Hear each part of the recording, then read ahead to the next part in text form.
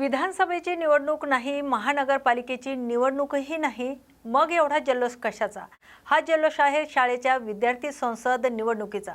लोहा येथील श्री संत गाडगे महाराज माध्यमिक आणि उच्च माध्यमिक विद्यालय विद्यार्थी संसद निवडणूक 2026 उत्साहात पार पडली। निकाल जाहीर होता शाळेचा परिसर गुलालाने न्हाऊन निघाला। विजयी विद्यार्थ्यांच्या मित्रांनी गुलालाची उधळण करत जल्लोष केलाय।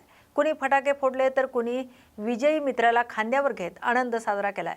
लोकशाहीची प्रक्रिया केवळ पुस्तकातून न शिकवता विद्यार्थ्यांना तिचा प्रत्यक्ष अनुभव मिळावा, तसेच नेतृत्व गुण आणि लोकशाही मूल्यांची रुजवणूक व्हावी यासाठी ही निवडणूक घेण्यात आली आहे।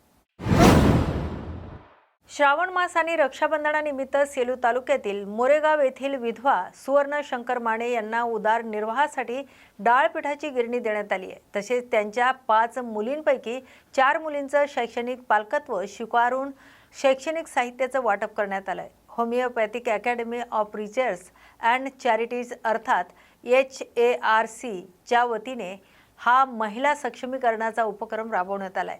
पतीच्या निधनानंतर सुवर्ण माने यांच्यावर 5 मुलींच्या संगोपनाची जबाबदारी आहे। त्या शेतमजुरी करून कुटुंबाचा उदरनिर्वाह करतात। मोरेगाव जिल्हा परिषद शाळेच्या शिक्षक किशन कटारे यांनी या कुटुंबाची परिस्थिती HARC पर्यंत पोहोचवली। त्यानंतर संस्थेने गिरणी देऊन सुवर्ण माने यांना स्वयंरोजगाराचा मार्ग उपलब्ध करून दिलाय। तसेच मुलींचं शिक्षण खंडित होऊ नये यासाठी या 4 मुलींचं शैक्षणिक पालकत्व स्वीकारण्यात आले। HARC ने आतापर्यंत 99 निराधार एकल आणि विधवा महिलांना शिलाई मशीन, डाळ मिल, पिठाची गिरणी, शेळी करडू यासारखी स्वयंरोजगारांची साधने उपलब्ध करून दिली आहेत। पारंपरिक शेतीला फाटा देत आधुनिक शेतीची कास धरली आणि ड्रॅगन फ्रूटच्या शेतात यश मिळवलंय। ही कहाणी आहे नाशिकच्या येवला तालुक्यातील रायते गावच्या महिला शेतकरी सरला चव्हाण यांची। 4 एकरावर गेल्या 5 ते 6 वर्षापासून त्या ड्रॅगन फ्रूटची शेती करत आहेत। मेहनत, योग्य नियोजन आणि अत्याधुनिक तंत्रज्ञानाच्या जोरावर त्यांच्या बागेतून लाखोचं उत्पन्न मिळत आहे। विशेष म्हणजे ट्रॅक्टर चालवण्यापासून बागेच्या व्यवस्थापनापर्यंत अनेक कामं त्या स्वतः करतात। त्यांच्या शेतातील ड्रॅगन फ्रूटला कोलकात्यासह परराज्यात आणि बांगलादेशातही बाजारपेठ मिळाली आहे। त्यांच्या या कामाची दखल घेत त्यांना जिजामाता कृषी पुरस्काराने सन्मानित करण्यात आले। तुमचं नाव काय? आणि माझं नाव सरला जगन्नाथ चव्हाण, जिजामाता कृषी भूषण 2024। तुम्ही किती एकर मध्ये ड्रॅगन फ्रूट लावले? 4 एकर मध्ये। किती खर्च आला? एकरी 4 लाख रुपये खर्च येतो। ते पोल सिस्टम मध्ये लावला। 11x6 वरची लागवड आहे। एका पोलला 4 रोपटे आणि ड्रिप सिस्टम आहे सगळं। किती खर्च कसा? एकरी टोटल मग रोपांसही ड्रिप वगैरे सगळं लेबर खर्च पकडला तर 4 लाख रुपये येतो। आता म्हणजे विक्री करताना किती म्हणजे कशा पद्धतीने विक्री करायला जागेवर पण आता व्यापारी यायला लागले। जेव्हा आम्ही सुरुवात केली तेव्हा आम्हाला नाशिकला फ्रूट मार्केटला आम्ही दिला, काही मॉलला दिला, रिलायन्स वगैरे इकडे तिकडं, आणि मागणी तेव्हा पण भरपूर होती। सह्याद्रीला पण ज्यावेळेस सुरुवात केली त्यावेळेस मार्केट रेट चांगला होता त्याला, म्हणजे चांगला म्हणजे आज आहेच तसं इतर पिकांच्या तुलनेमध्ये, पण तेव्हा 200, 250, 300 पर्यंत आम्ही मार्केट रेट घेतली। सुरुवातच तेव्हा आम्ही केली, जेव्हा कोणाच्या डोक्यात नव्हतं तेव्हा सुरुवात केली। किती वर्ष झाली? आता 5वं संपलं, 6वं चालू आहे। आता म्हणजे खर्च वजा जाता आपल्याला उत्पन्न चांगलं मिळतं। हो, एकरी आम्हाला खर्च म्हणजे 1 लाख रुपये येतो खतांचा वगैरे पकडून, पण उत्पन्न मग आम्हाला म्हणजे 15 टनापर्यंत उत्पन्न निघतं। म्हणजे आतापर्यंत इथून मागचे रेट बाजारभाव जर बघितले तर आम्हाला 15 लाखाच्या आसपास आम्हाला उत्पन्न मिळालेलं एकरी, कारण 200, 250 पर्यंत आम्ही मार्केट घेतलेलं आहे। आणि हा हो, म्हणजे सुरुवातीला 1 टाइम इन्व्हेस्टमेंट आहे त्याच्यामध्ये, नंतर फक्त खतांचा आणि लेबर थोडंफार म्हणजे निंदणी वगैरे किंवा माल काढायला, आणि काम खूप कमी आहे। कमी पाण्यात येणारं पीक आहे, स्प्रे वगैरे लागत नाही, केमिकल स्प्रे कुठलाही नाही, आणि ऑर्गॅनिक आणि म्हणजे आयुर्वेदिक फ्रुट्स म्हणतो ना, ज्याचे औषधी गुणधर्म त्याच्यात असल्यामुळे मागणी आजही भरपूर आहे त्याला। कुठे कुठे जाते माल बाहेर आता बांगलादेश पण गेला आता या आठवड्यामध्ये, कलकत्ता, दिल्ली, तेलंगणाला पण इथून जागेवरच मार्केट म्हणजे उचलायला सुरुवात झाली. व्यापारी वाढले भरपूर त्याच्यामध्ये. तुम्हाला कोणता पुरस्कार देखील भेटला होता? तसे पुरस्कार मला कृषीधन वगैरे भेटले भरपूर.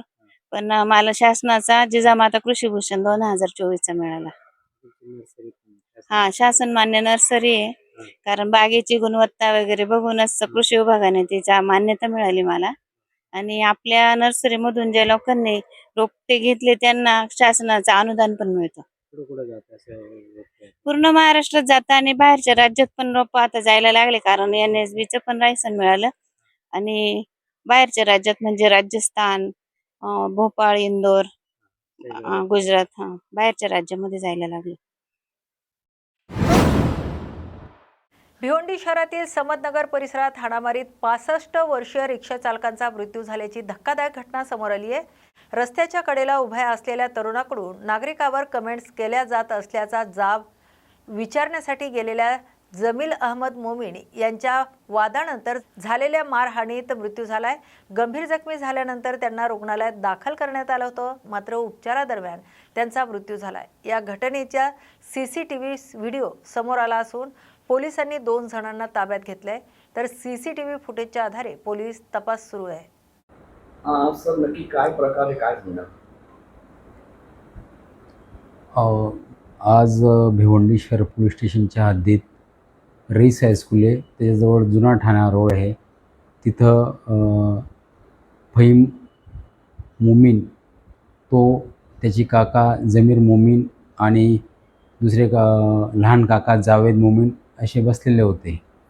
तर रोडच्या समोरच्या बाजूला आरोपी हे नेहमी तिथं बसायचे आणि येणाऱ्या जाणाऱ्या लोकांना टॉन्ट मारायचे, काहीतरी त्यांची मजा घ्यायची. त्यामुळे जे आजचे मृतक आहेत जमीर यांनी त्यांना हटकलं, तुम्ही इथं का बसतात वगैरे आणि लोकांना हे करतात.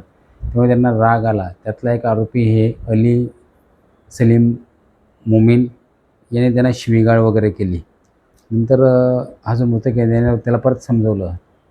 लगेच थोड्या वेळातच अली मोमीन याचे वडील आले, सलीम मोमीन वगैरे, आणि तो त्यांना जाब विचारू लागला, माझ्या मुलाशी नेहमी का वाद घालतो वगैरे, असं यांच्यात भांडण झालं.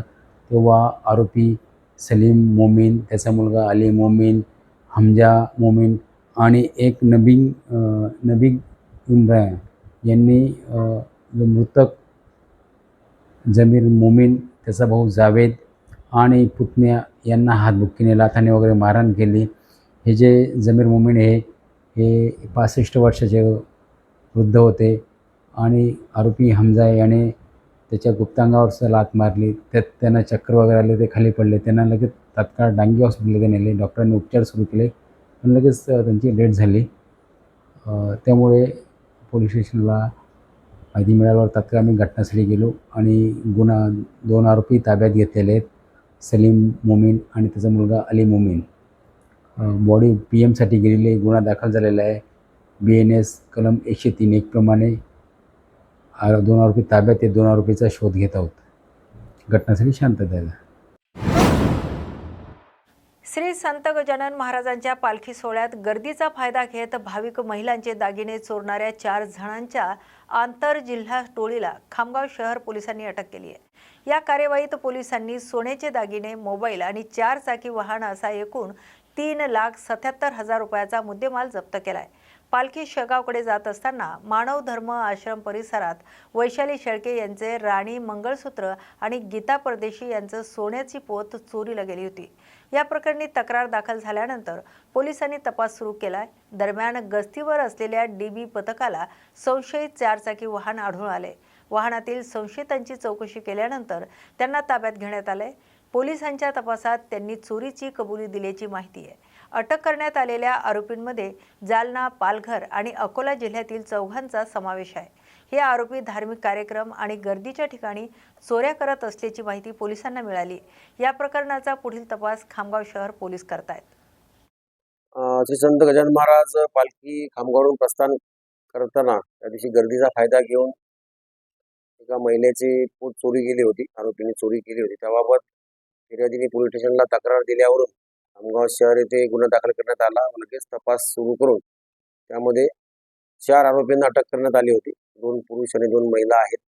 त्यांच्याकडून चोरी गुन्ह्यामध्ये 1,62,000चा मुद्देमाल दागिने व वाहन त्यांनी वापरलेला 2 लाख रुपये असे एकूण 3,77,000चा मुद्देमाल जप्त करण्यात आलेला आहे. आरोपीला कोर्ट न्यायालयासमक्ष हजर करून आरोपींचा एमशार झालेला आहे. पुढील तपास चालू आहे. आरोपी हे बाहेर जिल्ह्यातील आहेत. त्यांचा आणखी रेकॉर्ड चेक करून साथीदार काही आहेत का त्याबद्दल माननीय वरिष्ठांच्या मार्गदर्शनात तपास चालू असून पुढील तपास आम्ही करत आहोत. आजच्या न्यूज मराठी या बातमीपत्रात आपण इथेच थांबतोय. अशाच नव्या आणि ताज्या बातम्यांसाठी पाहत राहा न्यूज मराठी 24/7. नवा भारत, नवा विचार.